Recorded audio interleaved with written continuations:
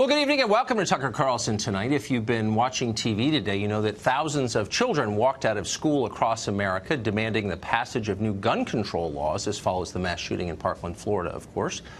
The walkout is being hailed by a ruling class as an act of moral bravery, but of course students do not act independently, brave as they may be. They can't act independently. They're under the control of adults. In this case, by definition, they're in school.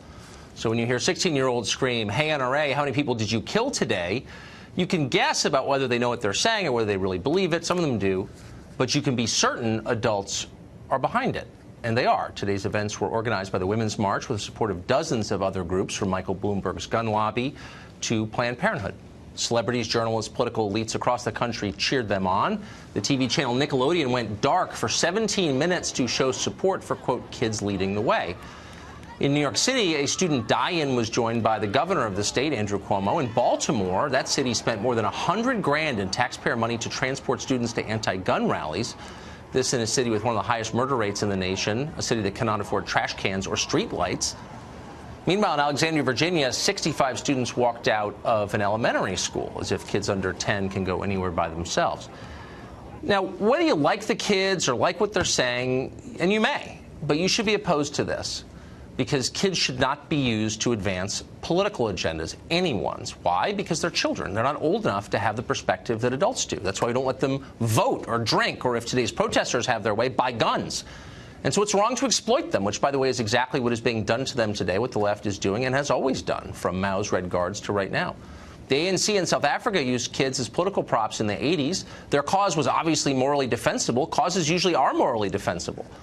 But in the process, an entire generation of kids learned to believe that activism is more important than learning, and a lot of them regret it now. They were exploited, and they're being exploited here. No matter what they chant, remember that the enemy of the adults behind this isn't the NRA. It's anyone who opposes their broader agenda. That's mostly people who have no power at all. So the message from our elites is really simple. Stand against us, and you're against children, and therefore you're a monster. And if you're a monster, you deserve to be destroyed. It's a kind of moral blackmail. Igor Volsky is director of Guns Down America, and he joins us tonight. Igor, thanks for coming on. Thanks for having me. So my complaint is not that people disagree with me on the Second Amendment. I think that's totally legitimate, and I think it's fair to have a debate on this. I probably agree with you, actually. But well, maybe you do. Maybe you do. My first problem is the use of children to make a political point. So would you, for example, I know you supported what happened today, have a problem if these kids were being driven by their teachers in buses to an NRA rally? Or if they were rallying against transgender bathrooms, the March for Biology. How would you feel about that? Well, you know what I love to see? I love to see students who are out there engaging in the democratic process, students who are doing really what teachers want them to do, what teachers teach them to do, and that is take part in critical thinking, find something they believe in, and fight for it. I mean, you saw the students in the days... There's no critical thinking here. There's no But you didn't answer my question, which is if they were being taken to pro-life marches or anti-gay marriage marches or something you disagreed with by teachers. With your premise. I don't think... No, but how would you feel? Would you say that's totally cool? That's my question is really in your simple. hypothetical question of, yes. Do I think students should be taken against their will somewhere to do something? No. I don't care what it is. If teachers were abetting a march, if teachers across the country were saying to kids, let me help you get to a march that represented something that you found morally repugnant, would you be supportive on principle? Would you say this is them engaging in the democratic process? For guns, for example. I mean, if your premise is, should students be taken somewhere by teachers where they don't want to go, no. I agree with you that shouldn't happen. Would you be for it if you didn't agree with it? The students want to do this. I mean, you heard the students after the shooting. You heard what the students said. They believe this in their gut. And the reason is, Tucker, is because they've experienced these bullets. They've heard these bullets. They've buried their classmates. That's why they're doing this. Nobody's forcing them what you're to doing, engage in this. And I'm not saying that. Kids who are under the care of a teacher who has control of their grades in life are not free agents. They can't act fully independently, as you and I can, because they are under the control of an authority figure. This is really simple. This is why teachers aren't allowed to have sex with students, because they're in power and the kids aren't. So why are teachers allowed to direct kids toward a political ideology? It's really simple. Because the teachers are not directing students to anything. This is student-led. This is the power of this movement, of this moment, is that we're now in a situation where students are saying, enough is enough from the lawmakers who don't want to change the gun laws. Enough is enough from the NRA who wants to just push their guns everywhere agenda and for everyone agenda. We're going to push for change. That's what they're doing. That's what's really inspiring about all of this. But, I mean, if I could just make an obvious, almost technical point, which is that kids can't vote. Kids of the age of most of these students, 16-year-olds, can't vote. So they're actually not in the democratic process. And we've agreed that they shouldn't be in the democratic process. We've agreed that until they can make rational decisions, they can't vote. And by the way, you don't want them to buy guns. So if they're too young to buy guns, why should they be making my gun laws? But you know who wants them to buy guns? The NRA. The NRA specifically. Who cares about the NRA? Well, I'm asking you what you think. And why should people who don't have the right to buy guns have the right to make my gun laws? It's a simple question. I mean, they are not making your gun laws. They're influencing them. Yeah, and as citizens in this country, they're allowed to influence the democracy. They're children. They're not of 18. They're Americans, but they don't have the full rights of citizenship because they're not adults. They can't drink alcohol. A lot of them can't drive cars. You don't want them to buy guns, and they can't vote. I mean, is there a difference between an adult and a child? I mean, of course. Okay, then why don't you acknowledge that then? Well, of course there's a difference. My point is they've been placed in this situation where their lives are in danger in American schools. And the reason is because of decisions, A, that lawmakers made, and B, because of the agenda of the NRA that wants to put even more guns into their classrooms. And I think it's okay for them, and I think it's, in fact, noble for them to say, I get it, because you like it. But if they were going out, if one of their teachers, some scary alt-right person, was taking him to a Milo rally, you would freak out, as you know. And you know it. Just admit it. And let's just be honest with each other.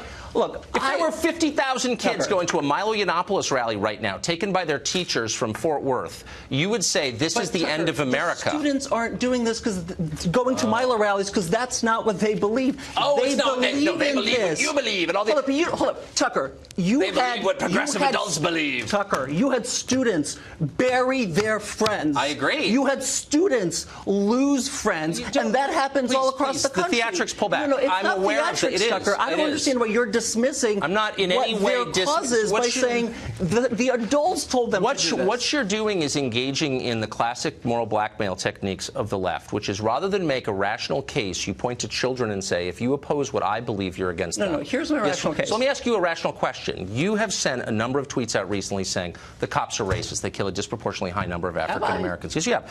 Look, I'm not attacking you for that. I don't tweet about that.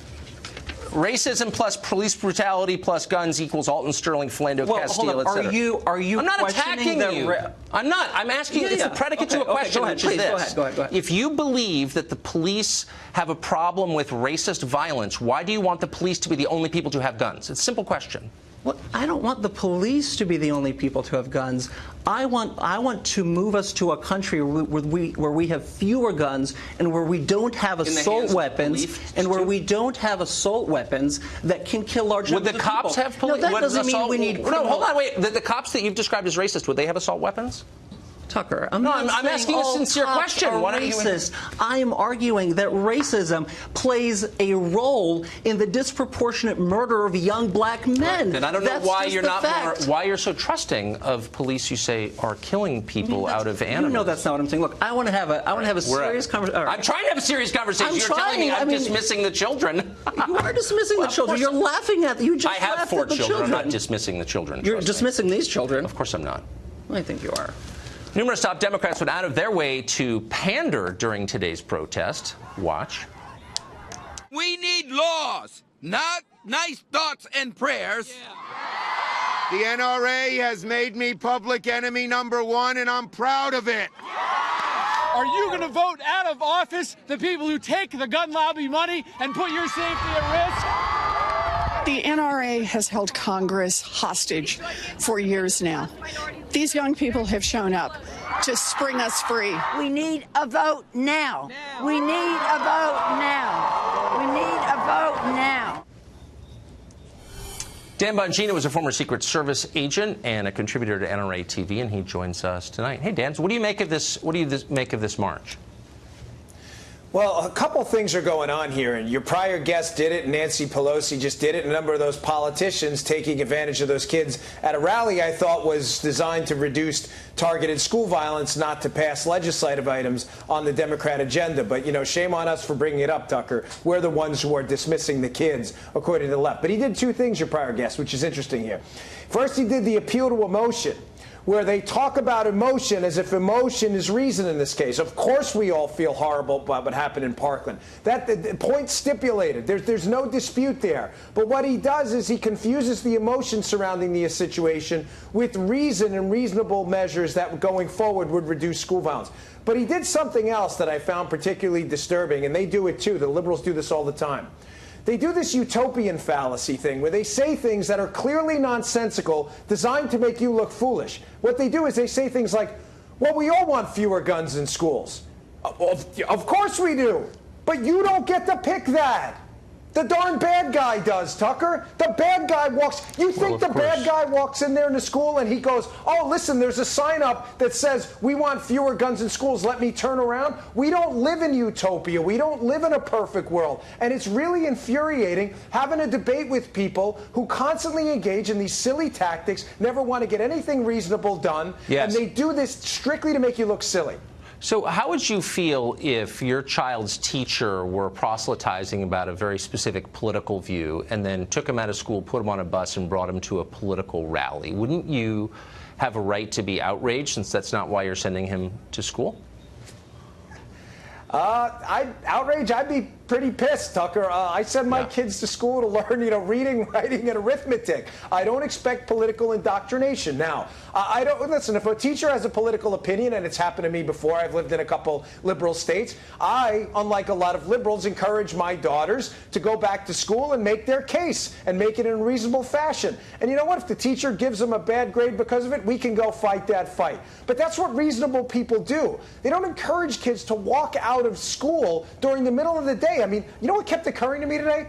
What happened? God forbid one of these kids walking out of school was hit by a car or something like that. I don't send my kids to school to engage in a political protest. Come on. No, and you ought to pull your kids out immediately if they are exploited in the way these kids are being, in my opinion. You ought to pull them out anyway. It's a joke. Dan, thank you. Great to see you. Yes, sir.